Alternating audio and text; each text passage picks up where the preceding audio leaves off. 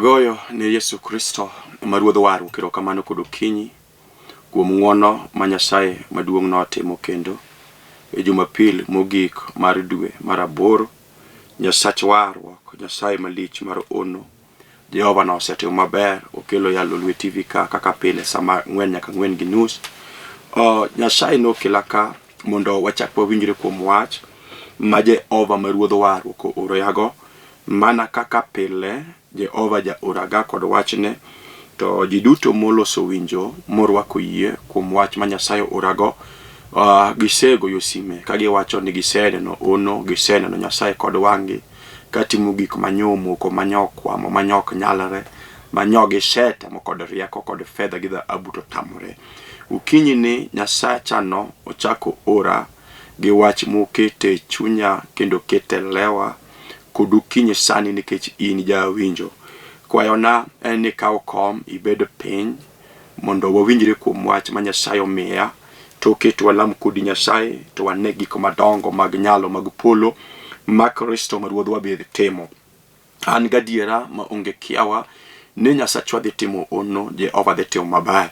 An gi wach achiel kende madwa na somia muma kawuono ni to ka wasesomo mano to wayie mondo wawinjre kuom wachno mondo wane kaka Jehova biro tiyo ko yo bed kod yie gima dwa ne losi en winjo mari obed makare ti losi yie kuom wach madhi losoe to Nyasaye muse ora dhi timo ni maber. Yiena mondo som wach mondiki e muma e buk mar Mathayo. Mathayo en Mathayo chiko en matindo 27 nyaka 31.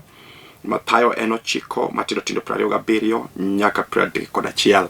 Kanyo ema dwa na som bange bowinjri kodi. Yiena mondo som wach mondiki muma wacho Yesu no a kanyo to kano yudo owuotho odhi muofni ariyo nochako luwe kakok niya Wuod Daudi yie ikechwa.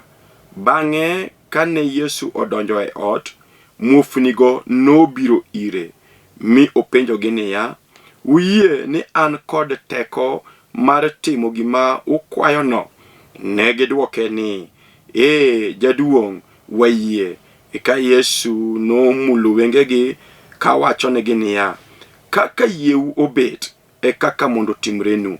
Gikanyo no wengegi noyawre to Yesu nokwerogi matek ni kik ginyis ng'ato wachno.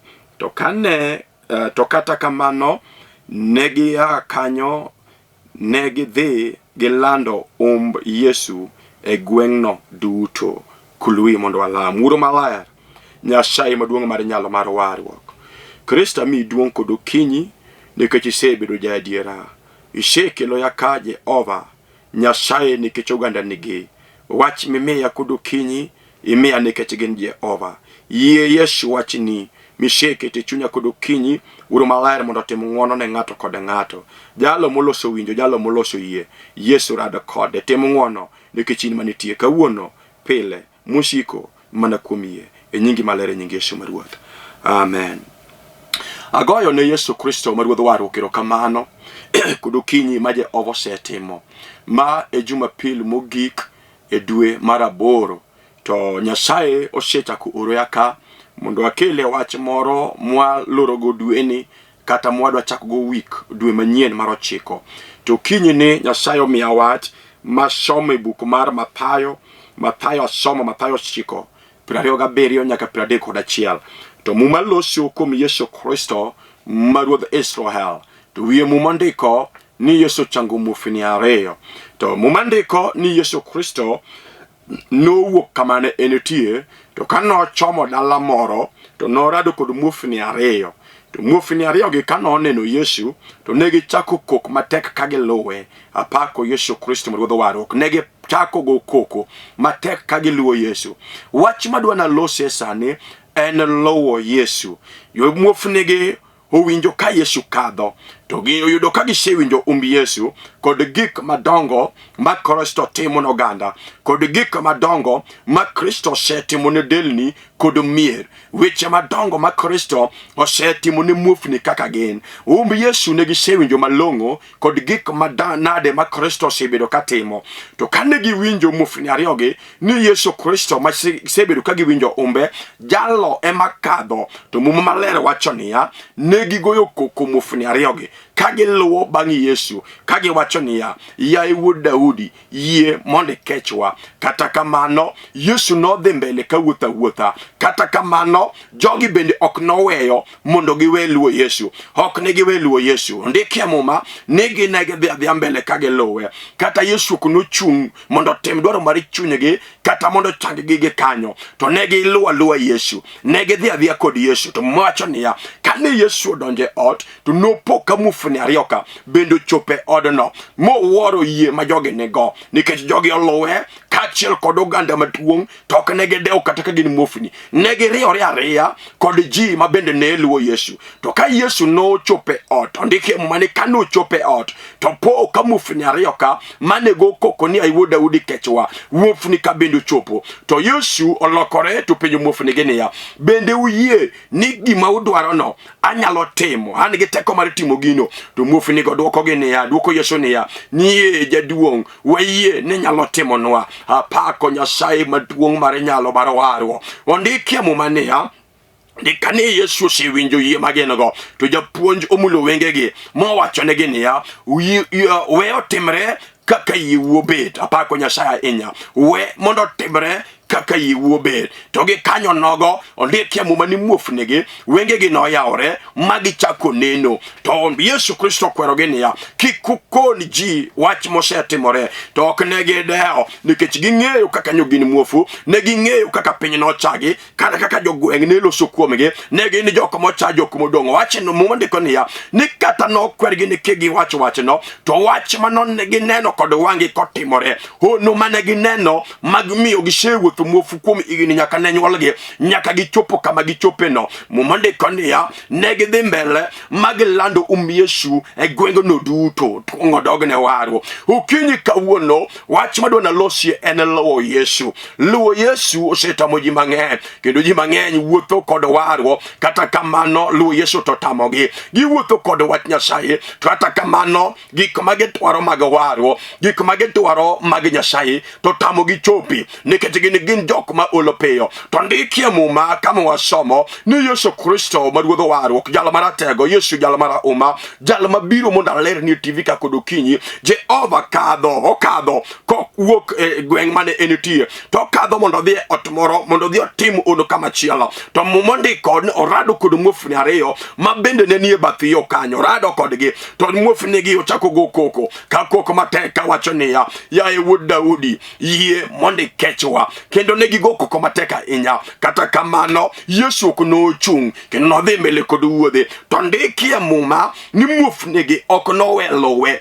Kata Yesu ok nochung'gi kanyo, to ne gin meda luwe. Kata Yesu ok noloso kod kanyo, to ne meda luwe. Mochopo kuma Yesu ne dhiye. To ka Yesu chopo to opo nono ka muofnigi bende chopo kanyo, mowuoro yie magin-go. Okinyi sani wan gi ji ma bende nyoluwo Yesu, kata kamano chunygi nyosore, kaluwore kod weche magirado gi wuoth, kata kaluwore kod weche banyogi rado godo e safar ka gidhiyo, kata ka giluwo Yesu. Nomiyo giweyo luwo Yesu, momiyo nyogi chope gigi, manyoge dwaro mag chunygi, manyoge dwaro mag utegi kata mag dalagi. To ndikie Muma ni muofnigi gin ok ne giwito geno, kendo ok ne giweyo mok gigo koko. E kinde mane giwuotho ka giluwo Yesu, ji noluoro Yesu mathoth ahinya. Ni nitie joko mane kwerogi kaka muofu ni yaye Yesu Kristo ok nyali chungi ka, weura weya. To negi nana negi ramo magi wacho ni wabiro luwo japuonj, nyaka wan bende otimnwa kako osetimo ne muofni mamoko, wan bende nyaka otimnwa kako osetimo ne joma moko, wan bende nyaka otimnwa kako osetimo ne mier moko. Kaka wawinjo kosetimo kamoro amora modhiye, wan bende wadwaro mokuomi.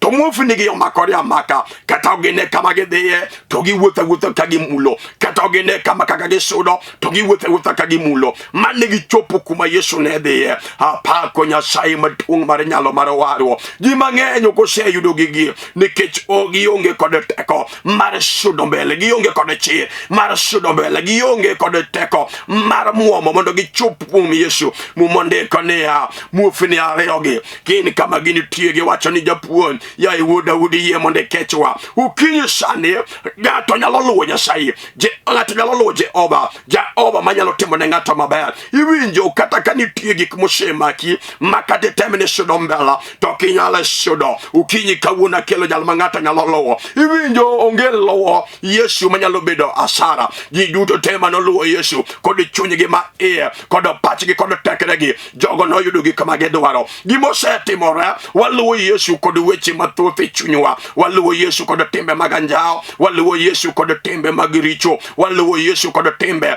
mok luongo nyim Nyasaye. To mumondiko niya, jogi oluwo Yesu ka gin kod yie mang'ongo, tawuoro Nyasaye maduong' mar nyalo. Jehova penjogi niya, useluwa ndiyo kendo na uchako kod nyinga, kata kamano bende un gi yie ni an kod teko mar timo gima ukwayono. Tawuoro jo muofnigi wacho ni winjo japuonj, wayie. Apako Nyasaye ahinya. Ji mang'eny oseluwo Yesu kata kamano yie ma gin go onge. Gik Nyasaye na wacho chien ni gig Jehova ikawo kod yie. Yie ema mulo chuny Nyasaye, kendo yie ema mulo chuny Kristo, mamiyo Kristo amalo matimne dhako kata matimne dichuo. To ji mang'eny oseluwo Yesu to yie onge, yie okethore. Iwinjo ka yie okethore to ng'ato ok nyal yudo gik modwaro kuom Nyasaye. Ka yie mar dhako kata ka yie mar dalo okethore to gik ma ng'ato manyo, gik ma ng'ato dwaro, gigo ok onyal yudo. Emomiyo Yesu bende ong'eyo malong'o ni mondo muofnigi changi, mondo muofnigi yudo wang'gi, nyaka gibed kod yie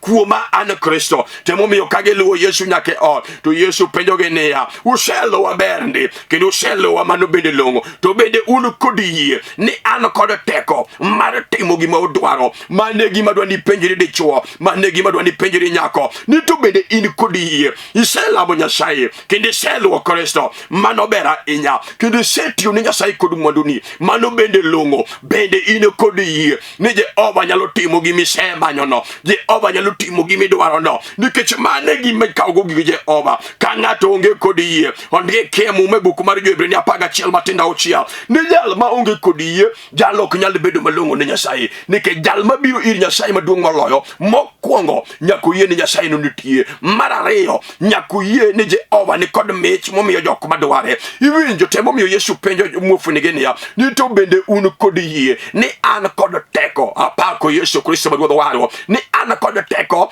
mar timo gima ukwayono. To muofni kadwoko niya, jaduong' wan kod yie. Mane gima dwa ni penjri kod okinyi, nikech abiro lamo kod Nyasaye mar ono, to ka ng'ato ni kod yie to biro yudo gik modwaro. Ji mang'eny osedoubt Nyasaye ka giwacho ni nyowa lamo Ruodhwa, nyowa luwo Jehova, kata kamano nyowa wuotho wuodh asara nikech gik ma nyowa dwaro e chunywa, kata utewa, kata ngimawa, kata michwa, kata tijwa, kata ala nyoko chopo kare. Gima osekethore en yie. Iwinjo ka ng'ato onge kod yie to jalo ok nyal bet malong'o ne Nyasaye. Jal ma onge kod yie, obed dhako, obed dichuo, obed nyako, obed kijana, gik mikawo gik Nyasaye en yie. Kendo lamo mani kod yie mane lamo mamulo chuny Jehova, ok lamo ma ng'ato ywake gi pi wang'e kod othinyo. Gima mulo chuny Jehova en lamo ma ng'ato ni kod yie. Emomiyo Yesu Kristo ma Ruodh ono penjo muofni ariyo kaniya, useluwa kendo usekoko matek ahinya. Ka uluwo bang'a nyaka uchopo koda ka, to bende un gi yie ni an kod teko mar timo gima udwaro, kata mar timo gima ukwayo. To muofnigo wacho ni, iwinjo jaduong', wan kod yie ni nyalo timonwa. To Muma ondiko ni Eka Yesu nomulo wang' muofnigo, magi kanyo nogono muofnigo nochako neno. Apako Nyasaye maduong' mar nyalo mar Israel. Okinyi kawuono wacho niya, ka ng'ato ni kod yie kuom Yesu, tawacho ni ok odewore. Iwinjo kata jogweng' ochai ma gik mabeyo minene gweng'u, in gigo ok nyal ne odi, kata ok nyal ne dalani kanyo. Ka ng'ato bedo kod yie kuom wach Nyasaye, to gik modwaro kuom Kristo timore kare. Ka ng'ato bedo kod yie, to gik modwaro chopo kare mondo Jehova mabarwa yud duong'. Iwinjo luwo Yesu ok onyiso ni koro ibiro yudo gigo warruok. Luwo Yesu ok onyiso ni ibiro yudo gig singruok mag muma. Luwo Yesu ok onyiso niya ni ibiro kadho kuong mag dala mag anyuola mag gunda. To luwo Yesu miyo ng'ato chope gige ka en kod yie ma onge kiawa ni Yesu nigi teko mar timo gik modwaro mag chunye. Duong' dogo ne Nyasaye mar nyalo. Emomiyo Yesu penjo muofni kania ni uselowa kida sewinjo ka ukoko mateka ina monda resu an Wuod Daudi to bende un kod yie ni an kod teko mar timo gima odwaro kod ukinyi sani. An bende penji mama imuse kadhe no je obo neno malunga inya kino ng'eyo malungo gimikadhe kata chai mikadhe kod sani ong'eyo kata yany mikadhe kod sani ong'eyo ywak mar pi wang'i gima lit ne chunyi no je obo ng'eyo. To penjo mopenjo kod ukinyi sani enea bende yie ni an kod teko mar timo gimi ywak neno gimise manyono gimise dwarono. Bende in kod yie ni Yesu Kristo jal malere TV ka nigi teko mar timo dwaro mar chunyi. Nigi teko mar timo dwaro mar odi. Nigi teko mar kedo lwenye magoisani. Nigi teko mar loja shiki mo chokore mondo kedo kodi. Bende yie ni Yesu nigi teko mar timo gimi dwaro mondo timni no. Ukinyi sani je nitie. Ukinyi sani ukang'eyo gima ng'ato kadhe kod sani. Ukang'eyo lwenye ma ng'ato kadhe. Mama ng'omi iseluwo Yesu. Dichuo ng'omi iluwo Yesu. Gima ng'enyo iseluwo Yesu. Kata kamano yie okethore. Winjo bende okethore. Iwinjo weche ariyo matimore kuom gik ma ng'ato dwaro. Ka ng'ato onge kod winjo malong'o kuom wach miyalo kata kuom wach milero kuom Kristo to onge kod yie. Jalo kata lem igni 40 kata lem igni 80 gik modwaro ok onyalo yudo. Ubiro lama ubiro wuotha kod warwo to bedo jal modhier ma jami fwadhe ma lang chunje mag dala mako ngimane ma fwanda kata mako mateka. To ka ng'ato wuotho kod Kristo to yie kuom Kristo okawo Kristo kaka giri mar kedo kaka giri mar locha kaka Jehova okawo Yesu kaka onone kaka gwethne to yie kod chunye ma iye ni Yesu mane kod teko mar timo gimoro amora modwaro mar chunyi. To Jehova ane malo to timo ne ng'wono madongo to neno kod wang'e. Nyasachwa en jadiera to bedo jadiera ne jal mani kod yie. Nyasachwa en jang'wono to bedo jang'wono ne kuom jal mani gi yie. Nyasaye ni ratego kendo nyalo kedo lwenye mar ng'ato to mak mana ka in kod yie ni Yesu ne kod teko en kod nyalo mar timo gimoro amora midwaro. Kata ukinyi sani Nyasaye nyalo timo ne dhako moro. Jehova nyalo timo ne dichuo moro. Awacho ni okode ora kati sebedo kuom shida kuom igni mathoth ma ji osenyieri mochalo ka gima in raura e dalau kata gweng'u kata anyuola kata kind osiepe mochalo ka gima in ng'ato mofuwo maonge kod mana. Ka ng'ato luwo Yesu ka en kod yie mowacho ni an kod yie kuom Yesu to Jehova timo ne atima ng'ano.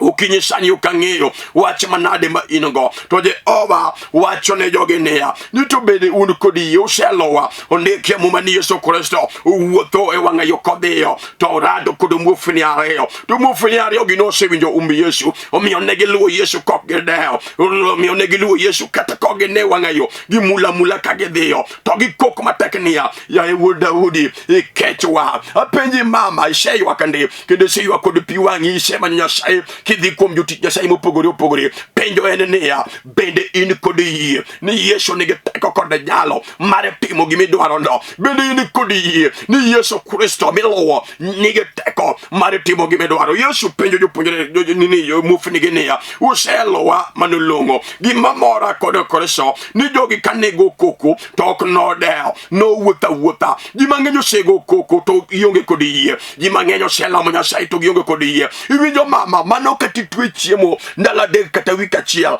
ni imanyo Jehova tionge kod yie ti chalo ng'at mago koko e nyime Jehova. Mano kati ti kod mwandu tionge kod yie. Mwandu ok nyal kelo gik mabeyo kata ok nyal dwoko lambi kata kod ukinyi sani. Gima nyalo dwoko lamba dhako, gima nyalo dwoko lamba dichuo, gima nyalo dwoko lamba dalani kata gima nyalo dwoko lamba tiji kata andi en yie kuom Yesu Kristo maduodho waro. Apako Nyasaye maduong' mar nyalo. Yesu Kristo penjo joka niya ni uselowa usego koko ni Wuod Daudi ikechwa. To bende un kod yie ni an Yesu an kod teko mar timo gik ma udwaro mondo atimnugo. To jogi dwoko Yesu niya iwinjo japuonj wan kod yie. An bende okinyi apenji nyako bende ni kod yie ni Jehova nyalo goli achai ma ji osechayigo no. Bende in kod yie mama ni kata piny ong'uli kata dala ong'uli in kendi midong' nyamasi. Nyasaye nigi teko mar timo dwaro mar chunyi kod okinyi sani. Jehova penjo muofu ni to uselowa wani bende un kod yie ni an kod teko.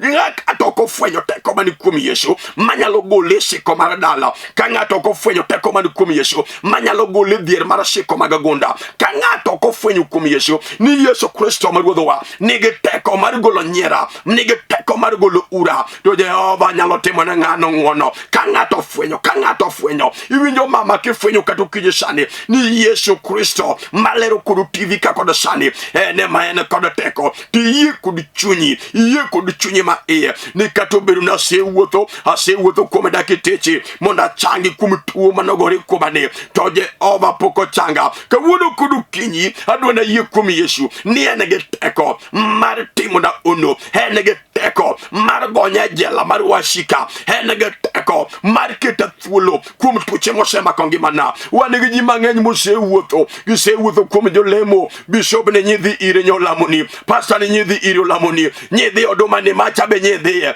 kata kamano lokruok onge. Iwinjo loko kanisni oko nyiso ni biro rado kod ono ng'ato yudo, kata gima ng'ato dwaro ng'ato yudo mana kuyie kuom Yesu, to en gadiera ni Yesu nigi teko mar timo ni gima dwaro. To gino bedo mara ukinyi sani nanga yude de chuo moro dhako moro mawacho kod chunye niya nyaluwo Yesu to yie nyokethore, nyaluwo Yesu to winjo na nyokethore. Kata kamano ukinyi adwa nalosi winjo, adwa nalosi yie mondo ng'eji ova ni manyalo timo ne gima dwaro, gima se manyo, gima se dwaro gino karani mana kuom Yesu. To Jehova ang' notimni kod adiera. Nyasachwa jang'wono, Jehova jadiera, en gi teko kod nyalo e lwete. Gik motimo gin gik madongo ma piny ok nyal. Gik ma Jehova timo gin gik madongo ma fedha kod dhahabu ok nyal. Gik ma Jehova timo mano kata yuga madalau, kata jorieko kod jombofwa madalau ok nyal. To Yesu Kristo timo. To maka mana ni ng'ato nyaka yie kuome ni Yesu Kristo ni kod teko mar timo gimidwaro no. Iwinjo kata igolo chiwo, kata ywagi milagri elo, ming'adri kod kidi,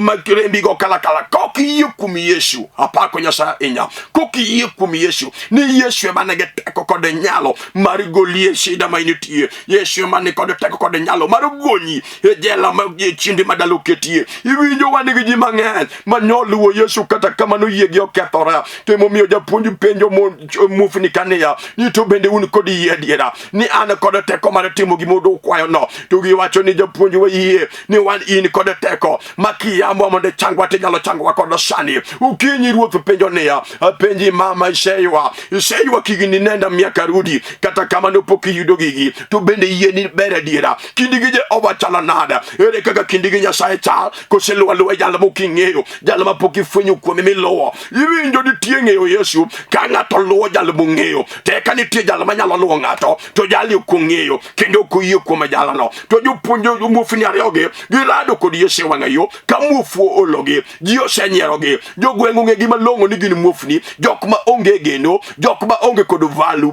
jok ma onge gik mabeyo manyalo yudo kuomgi. To giluwo Yesu jakalabari, giluwo Yesu nikech gisewinjo umbe, kendo giluwo Yesu nikech gin kod yie maratego manyalo golo gimoro matim gima onge bed manitie. To giluwo Yesu kata ka Yesu kochung' to giluwo alowa gigo koko matek ni ai Wuod Daudi ikechwa, waserwa koyie waluwi. Wuod Daudi ikechwa, waserwa koyie okwed ol. Wuod Daudi ikechwa, kata jikwerowa ni wawei to kwana wei wabro luwi alowa nikech waserwa koyie ni in ema nigi teko mar timo dwaro mar chunywa. Ukinyi sani winjo mama wan gi ji ma winjo weche mag ji manyogi weyo luwo Yesu kendo yie margi nyokethore nikech nyogi winjo wach manyoji wacho kanyo kono gene marini to ba ok nyalara. Iwinjo marini to onge gima biro timore maber manyogi winjo weche ma dhano wacho to nyogi weyo luwo Yesu kendo yie gi nyokethore. To japuonj wacho niya ni to bende in kod yie ni anyalo an kod teko mar timo gimidwaro kod ukinyi sani. Yesu Kristo penjo niya penji mama kata kothi kamidwaro mondo abieno mondo atim maber ne kothi no bende in gi yie ni an gi teko mar reso kothi. Iwinjo dichuo wan gi chuo mang'eny ma bende oseluwo Yesu kata kamano gidak e thagruok, giwuotho e thagruok, girwakore e thagruok, nyithindo somo e thagruok, gichulo udi e thagruok. Kata kamano japuonj penjo niya, bende yie ni an gi teko mar timo gimidwaro mondo atimni no? Luwo Yesu ok okelo ono. Inyalo luwo Yesu tionge kod yie, to ono ok nyal timore e ngimani. Inyalo luwo Yesu to ok ing'eyo Yesu. Iwinjo kiluwo Yesu nyalo mikia to onge gik manyalo timorini. Mokwongo nyaka ing'e Yesu. Mondike e buk mar Jebrania mokadhi somo, Jebrania 11 matindo tindo 6, ni jal maonge kod yie, jal ok nyal bet malong'o ne Nyasaye. Nikech jalo mabiro ir Nyasaye, mokwongo jalno nyaka yie ni Nyasaye no nitie. Apenji, bende yie ni jal mibiro ire, jal midwa notimni ng'wono no, jalo nitie kod adiera? To mar ariyo mondiko niya, nyaka yie ni Nyasaye nitie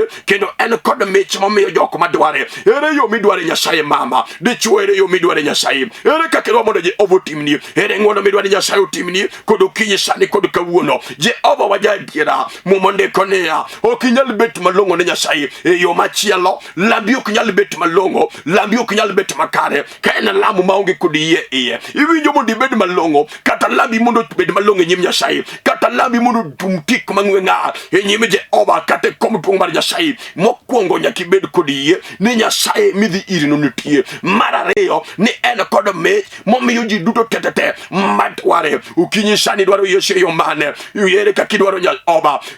Jebrania 10 matindo tindo 31 mowacho niya, en gima lich miwuoro lwar e lwet Jehova mangima, lwar e lwet Nyasaye. Okinyi sani awacho niya, ka ng'ato bedo kod yie maonge kod kiawa ni Yesu Kristo ni kod teko mar pudhe oko lang chunje mag dala. Yesu Kristo ni kod teko mar pudhe oko chaye mag gweng'egi. Yesu ni kod teko mar reso nyithinde e lwet jasigu, e lwet jal makwiny, e lwet ng'at mager bosemako nyithindo mateka mafwanda. Jehova ni kod teko mar reso kenyni machal ka gima nimo. Jehova ni kod teko mar chango tuoche misewuotho kuom dakteche to kosetimore maber. Jehova nyalo timo ne ng'wono. Ere ng'at mani kod yie? Okinyi sani mondo alam go Nyasaye. Winjo konego alam kod ng'ato, dhako moro, dichuo moro, nyako moro, kijana moro, dala moro, gweng' moro, kata ala moro gi tich moro. Jal moloso yie mani kod adiera ni Yesu Kristo malere TV ka nigi teko mar timo gimodwaro, to Jehova biro timo ne kod okinyi. Ere ng'ato okinyi? Ere dichuo moro okinyi sani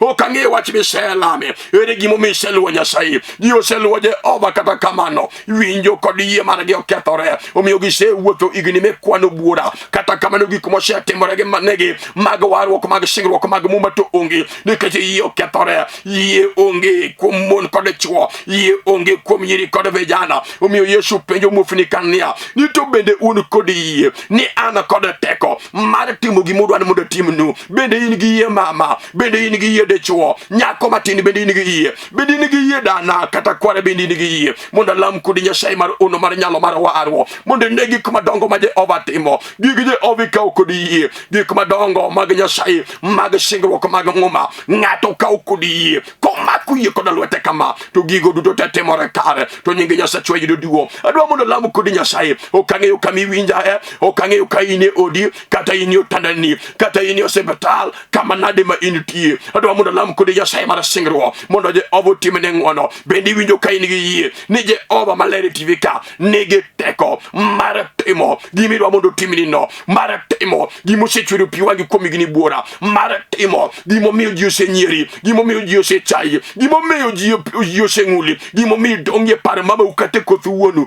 Bende in gadiera ni Jehova nigi teko mar timo gimidwaro kod okinyi sani. Adwa nalamo kod Nyasaye. Iwinjo ka inyalo chopo e TV, to dwani muli TV no, to kok inyalo chopo e TV, tadwa ni go chonge piny mondo yie kuom Nyasaye, tibed kod adiera ni jal madhi lamoni nigi teko mar timo gimora mora machando chunyi, mar timo gimora mora midwaro kuome kod okinyi sani. To Nyasachwa biro timo ni ng'wono kod adiera, tibiro neno Nyasaye kod wang'i. Yie mondo alam kod Nyasaye mondo Jehova obed Nyasaye ngimani, mondo wane teko mar Nyasaye mar nyalo, mar warruok. Yie na mondo alam kod Nyasaye. Nyasacha kendo wuonwa, wuoro maler, Nyasaye maduong' mar ono, asepaki wuoro maler, asemi duong' ja Kalvari. Erokamano Ruoth nikech okinyi ni Jehova, Jumapil mogik mar dwe mar aboro ni, wuoro maler isetimo ng'wono, ichaki kela ka ja Kalvari. Yesu Yesu ne dhako ni baba, ne nyako ni Nyasaye, ne dichuo ni ne kijana ni, ne dayo ni ne kwaro ni. Uru maler gi shei kod chunygi ma iye. Ni ini ma ini kod teko mar timo dwaro mar chunygi. Ini ma ini kod teko mar rado kod lambgi kod kinyi sani. Uru maler timnegi ng'wono. Wegi neni kod tonga wangegi. Yanegi malo ja Kalvari. Yanegi malo ya Ruodh Shalem.